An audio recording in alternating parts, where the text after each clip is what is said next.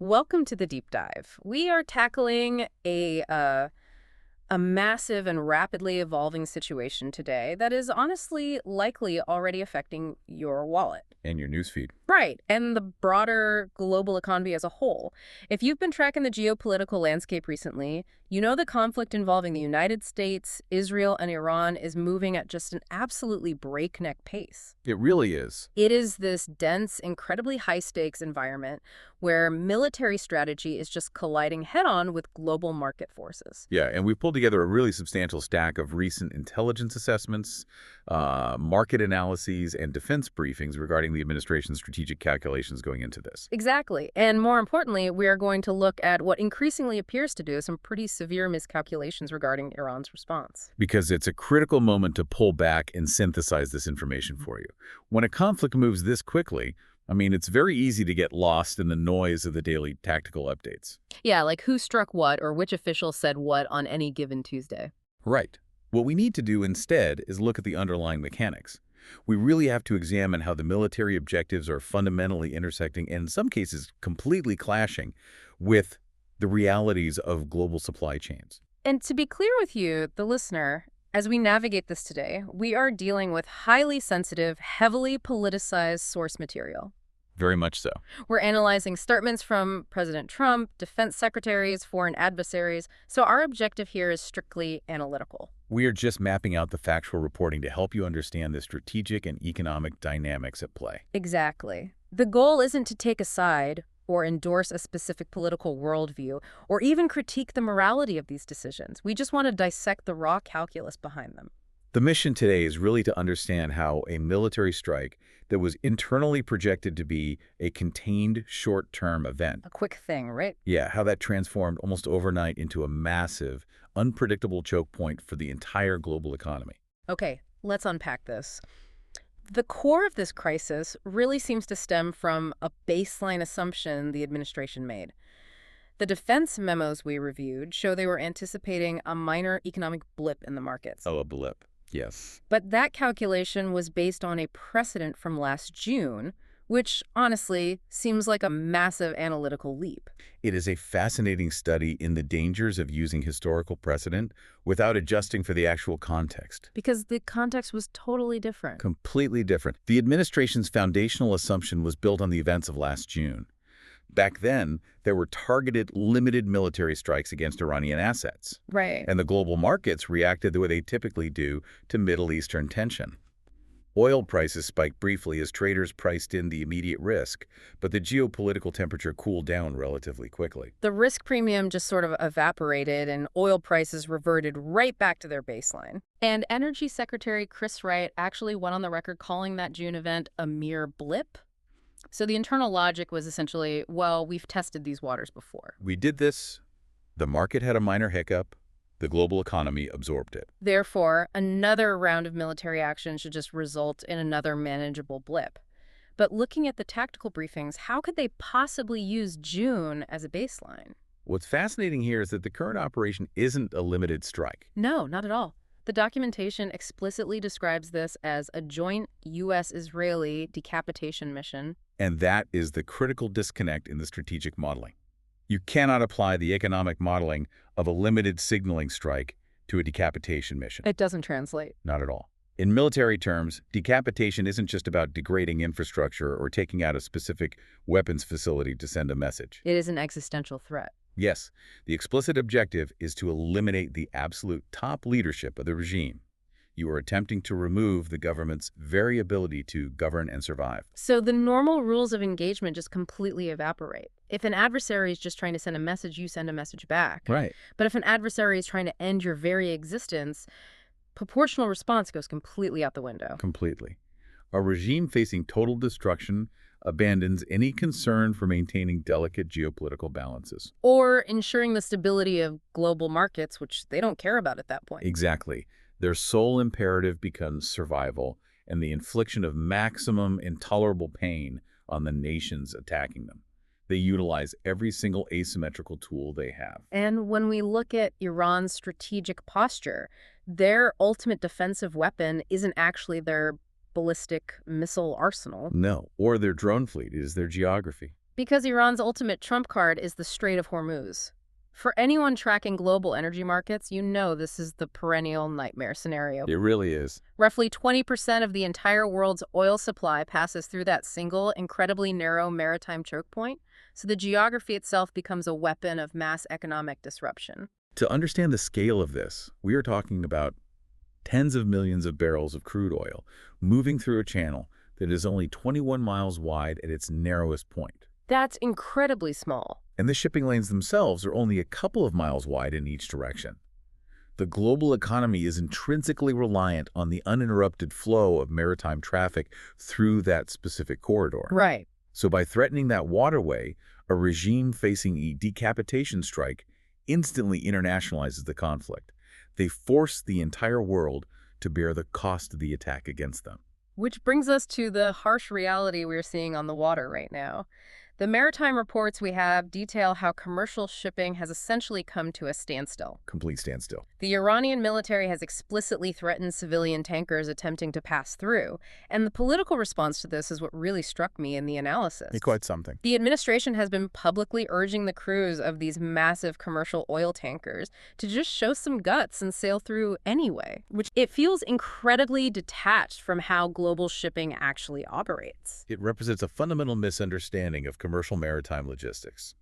Advising civilian mariners to show some guts completely ignores the structural realities of the industry. Right, these aren't military vessels. Exactly. These vessels are owned by massive multinational corporations, and their movements are governed by risk matrices, not political bravery. No one is risking a ship for a soundbite. And more importantly, the decision to transit a hostile zone is dictated by international maritime insurance syndicates, heavily concentrated in places like Lloyd's of London. Right, because an oil tanker is essentially a billion-dollar floating liability. Exactly. When a waterway is designated as a high-risk area by the Joint War Committee, insurers mandate what are called war risk premiums. And those aren't cheap. Not at all. These premiums are calculated as a percentage of the vessel's total hull value. If the threat of an anti-ship missile strike is deemed highly credible, those premiums don't just go up. They skyrocket. They skyrocket to the point where the voyage instantly becomes economically unviable. In extreme cases, the underwriters simply pull coverage entirely. And if a vessel isn't insured, it does not sail. Period. It is illegal under international maritime law, and no corporate board on Earth would authorize it. So a tanker captain's personal courage is entirely irrelevant here. Guts do not alter the physics of an incoming anti-ship missile. No, they do not. And they certainly don't override corporate insurance mandates. The administration modeled this as a blip, assuming business as usual would resume through sheer willpower. But civilian companies are simply not going to sacrifice their crews and their assets to prove a geopolitical point for Washington. That disconnect between political expectation and market reality exposes a significant gap in the initial strategy. They calculated a minor economic disruption based on a flawed historical comparison. They triggered an existential response, and the adversary immediately targeted the global economy's most acute vulnerability. But what makes the situation even more complex is that the strategic disconnect isn't just between Washington and the shipping syndicates. Oh, no. There is a massive internal fracture regarding what the actual goal of this operation even is. That internal divide is glaring in the public statements we reviewed. You have President Trump taking to the podium and declaring the mission a complete success. Right. But the condition he attaches to that success is a highly maximalist goal. He is publicly demanding that Iran must pick a new leader who will submit to him. A demand for total regime change and the installation of a compliant leader is the absolute zenith of a maximalist objective. It is an all-or-nothing geopolitical gamble. The danger of a maximalist goal is that it implies an open-ended commitment. You are theoretically locked into a kinetic conflict until that total victory is achieved. Regardless of how long it takes or what it costs the global economy. However, if you analyze the concurrent statements coming from the defense and diplomatic wings of the administration, specifically Secretary of State Marco Rubio and Defense Secretary Pete Hegseth, they are presenting a completely different framework. It honestly reads like they're participating in a different conflict entirely. It really does. While the president is demanding total regime capitulation, Rubio and Hegseth are holding press conferences listing out incredibly specific, tactical checklist item. Yes, very specific. They are talking about destroying specific missile factories. They want to neutralize specific launcher sites. They want to degrade the operational capacity of the Iranian Navy. And if we connect this to the bigger picture, that divergence is not an accident of communication. Rubio and Hegseth are deliberately attempting to construct a strategic off-ramp. Let's break down the mechanics of an off-ramp because it seems crucial to understanding how the military is actually trying to manage this. Why is establishing that tactical checklist so vital right now? Because in any military engagement, particularly one causing massive secondary damage to the global economy, you must have a predefined set of conditions that allow you to declare victory and stop shooting. Right, a finish line. Exactly. If your only metric for success is the total ideological submission of a hostile regime, you have no exit strategy short of a full-scale ground invasion and decades of nation building. Which nobody wants. Right. So by establishing a tangible checklist neutralizing facility A, destroying naval asset, B, the defense establishment is creating a measurable finish line. So the moment those specific factories are reduced to rubble, they can step up to the microphones, point to the satellite imagery, and declare that the military objectives have been completely fulfilled. Yes, allowing them to de-escalate. It provides a mechanism to exit the kinetic phase of the conflict before the economic fallout from the Strait of Hormuz blockade becomes totally irreversible. They are trying to build a bridge out of the crisis. Because the logistical and financial reality of sustaining this conflict is frankly overwhelming. And the logistical reality is terrifying. The Defense Logistics reports highlight a statistic that is hard to even wrap your head around. It's staggering. In just the first 2 days of this conflict, the United States burned through $5.6 billion in munitions. $5.6 billion. That's not a monthly budget. That is 48 hours. We have to unpack what that burn rate actually represents, because it's not just a financial accounting problem.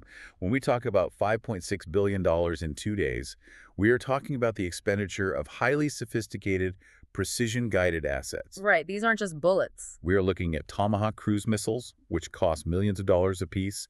We are looking at advanced air-to-air interceptors like the SM-3, which can cost upwards of $10 to $30 million per shot. Wow. We are talking about heavy bunker-busting munitions required to penetrate fortified underground facilities. Wait, let me stop you there. If the administration knew they were initiating a decapitation strike, did they model this burn rate? You can't just swipe a credit card and make a Tomahawk missile appear. And that is the crux of the logistical crisis. You cannot simply print more missiles. The defense industrial base operates on massive lead times. So you can't just order more on demand. Exactly. Companies like Lockheed Martin and Raytheon cannot surge the production of these complex systems overnight. It takes years to secure the raw materials, manufacture the proprietary guidance systems, and assemble the munitions. So if you are depleting your strategic stockpiles at a rate of nearly $3 billion a day, you very quickly hit a wall where your broader global military readiness is fundamentally compromised. You literally run out of the advanced tools required to fight a modern war.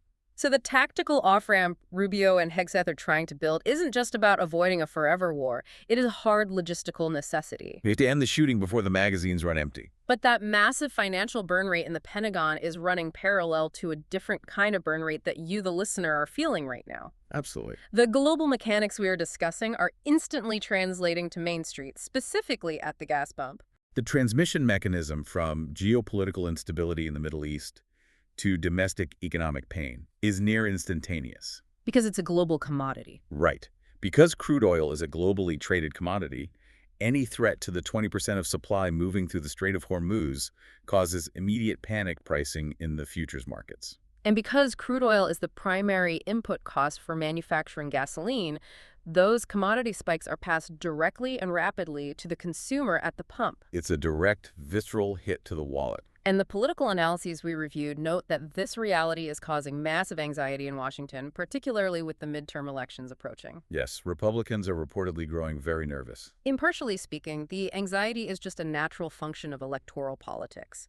The incumbent party wants to run on an agenda of economic stability, low inflation, and growth. But it is virtually impossible to sell an optimistic economic narrative when voters are actively watching the meter on the gas pump spin out of control. It creates a brutal cognitive dissonance. It does. The president is out there claiming the mission is pretty much complete and a complete success, but the voters are experiencing the acute financial drain of an ongoing, unresolved global crisis. So to manage this domestic pressure, the administration has been floating alternative energy solutions to the public. The strategic messaging is designed to project control and reassure the markets that the U.S. can bypass the Middle Eastern bottleneck entirely.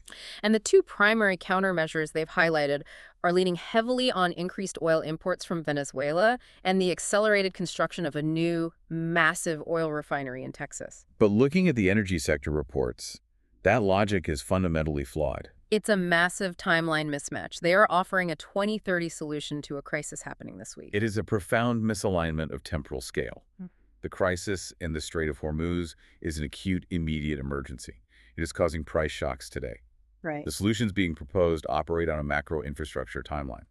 Let's look at the Texas refinery proposal. You do not build a modern, high-capacity oil refinery in a matter of months. You have to acquire the land, secure the environmental permits, and build the actual physical infrastructure. Furthermore, refineries are highly calibrated facilities. They are built to process specific grades of crude oil, whether that's heavy sour crude or light sweet crude. It's not just a big bucket you pour oil into. Exactly. Designing, engineering, and testing a facility that can meaningfully impact domestic supply takes years, often upwards of a decade. And even increasing output from Venezuela involves complex geopolitical negotiations. Sanctions relief and the rehabilitation of decaying Venezuelan oil infrastructure. It's the equivalent of watching your house burn down, and the fire department shows up and hands you the blueprints for a state-of-the-art sprinkler system they plan to install in 5 years. That's a great way to put it. It does absolutely nothing to extinguish the flames right in front of you. And here's where it gets really interesting. The desperation to manage this immediate crisis led to a truly bizarre incident detailed in the sources. Energy Secretary Chris Wright, again, the official who predicted the blip, took to social media to announce that the U.S. Navy had successfully escorted a commercial oil tanker safely through the Strait of Hormuz. As a crisis communication strategy, releasing that information directly to the public had an immediate, predictable effect on the commodities markets. The trader saw a cabinet-level official confirm that the U.S. Navy was actively securing the flow of oil. So the market rallied. The risk premium dropped because the assumption was, okay, the fuel has arrived, the sea lanes are open. But then the social media post was quietly deleted. Yeah. And the military briefings confirmed why. It never happened. It was a phantom escort. The Navy had not successfully moved a commercial tanker through the strait. This incident really illustrates the profound, destructive cost of uncertainty in global markets. Financial markets are incredibly adept at pricing in bad news. They can handle bad news. Right. If a shipping lane is definitively closed, maritime syndicates and energy traders calculate the exact volume of the supply disruption and adjust global prices to reflect that new reality. It is painful, but it is a stable pain. What markets cannot tolerate is unreliable data and structural uncertainty. Because if the data coming from the government is fabricated, how do you even build a risk model? You can't. When official government messaging, especially from the cabinet secretary directly responsible for domestic energy policy, flatly contradicts the physical reality on the water, it shatters the institutional credibility of the administration. It actively exacerbates market turmoil. Yes, because maritime insurers and global investors realize they can no longer trust the risk assessments being provided by the state. It makes the crisis feel inherently unmanageable because the people ostensibly managing it are broadcasting provably false information to manipulate short-term trading psychology. It turns a volatile situation into total chaos. The market realizes that cavalry isn't actually there, the sea lanes are still effectively closed, and the administration is essentially trying to tweet its way out of an oil shortage. And that realization of extreme vulnerability brings us to the physical reality of what is actually happening in the Gulf right now. While Washington is managing deleted posts and midterm polling, the escalation at sea is intensifying. Iran's strategic posture remains entirely defiant. The maximalist demands for regime change have not resulted in capitulation. The intelligence intercepts quote Iranian officials stating that the Strait of Hormuz will either be a place of peace, meaning their terms are met and the decapitation threat is lifted, or it will be a place of suffering for warmongers. That is a very deliberate, chilling choice of words. Yeah. It is a promise to leverage their geographic advantage to its absolute limit. And we're seeing the tactical execution of that promise. The most concerning intelligence we reviewed indicates that Iran is actively laying naval mines in the waters of the Strait of Hormuz. We talked earlier about the threat of anti-ship missiles, but naval mines change the calculus entirely, don't they? A missile is a weapon you fire at a specific target.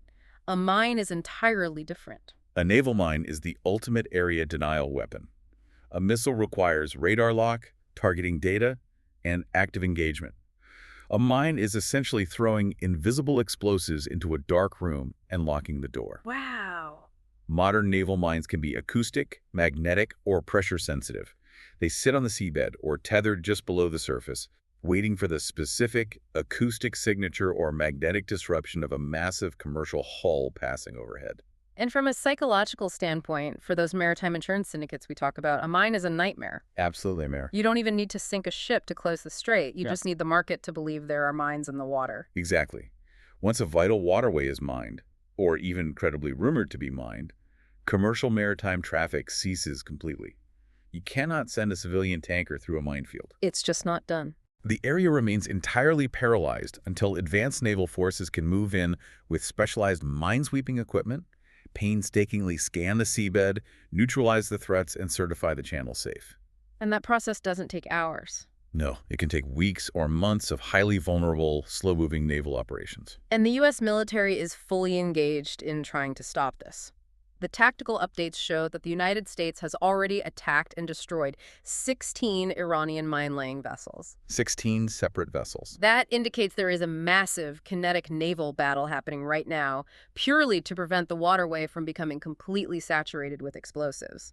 The destruction of 16 vessels really illustrates the sheer scale of the engagement. It perfectly synthesizes the incredibly complex, dual-natured reality of this conflict. The administration is not fighting a single war. No, they are effectively fighting two simultaneous, deeply interconnected wars. The kinetic war and the economic war. Yes. On the first front, you have a highly lethal kinetic military war occurring in the Middle East. It involves F-35s dropping bunker busters on missile factories, hunting down Iranian naval assets, and burning through billions of dollars in precision munitions. And on the second front? On the second front, you have an economic war against the unforgiving, immutable realities of the global oil market, maritime insurance risk matrices, and domestic inflation. And the terrifying part is that success on the first front does not guarantee success on the second. The U.S. Navy could sink all 16 mine layers. They could achieve total tactical dominance on the water. But if the global insurance syndicates believe that a 17th vessel managed to slip just one mine into the shipping lane before it was destroyed, the commercial tankers still will not sail. The risk premium remains too high, the oil stops flowing, and the economic war is still being lost. The economic war operates on a completely different set of rules. You cannot bomb a maritime insurance syndicate into lowering its premiums. Right. You cannot use a cruise missile to fix the supply-demand imbalance of global crude oil. So what does this all mean for you, the listener, tracking this crisis? We look at these two massive fronts. We look at the $5.6 billion logistical burn rate, The panicked, deleted social media posts attempting to soothe the markets. the political anxiety surrounding the midterms, and the brutal reality of an actively mined geographic choke point. It ultimately boils down to a massive, high-stakes race against time. Exactly. Can the U.S. military execute the highly specific tactical off-ramp outlined by Rubio and Hegseth? Can they destroy the factories and clear the shipping lanes before the economic pain at the gas pump breaks the tolerance of the American public? That is the defining strategic tension of this entire crisis. The timeline for military success is no longer dictated solely by battlefield dominance. It is entirely constrained by the public and political tolerance for extreme economic disruption. It is a breathtaking geopolitical gamble. So, to summarize the massive amount of ground we've covered today, we started by dissecting the fundamental miscalculation. The assumption that a regime-threatening decapitation strike would yield a minor economic blip mirroring a limited skirmish from last June.